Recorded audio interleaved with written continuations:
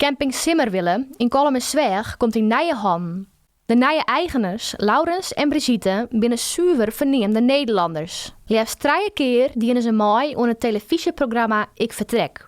Na Frankrijk, Duitsland en Spanje hebben ze haar nou vestigen in Friesland. In Spanje zaten we prima, prachtige plek, genoeg gasten.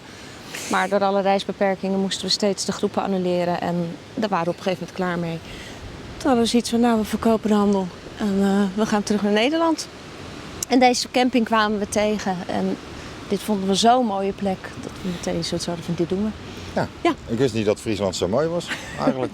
Pas toen ik hier kwam en een beetje rond ging fietsen, dacht ik van, wat is die eigenlijk waanzinnig mooi. Laurens en Brigitte komen oorspronkelijk uit Rotterdam en Haarlem. Maar Hyundai onbekend, dat wienen ze net bij Kolm-en-Zwaag.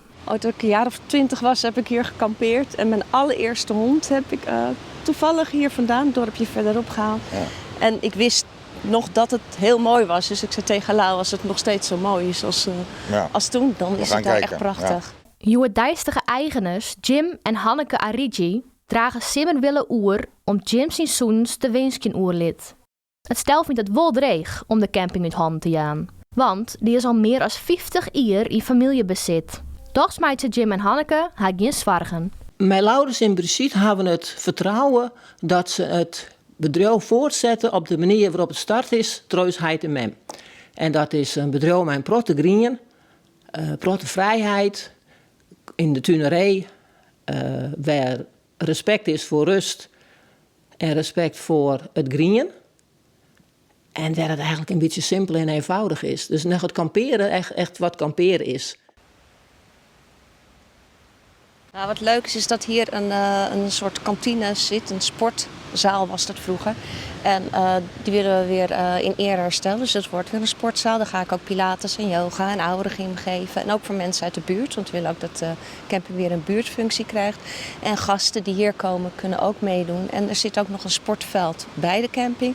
Dus we kunnen weer allerlei sportdingen doen.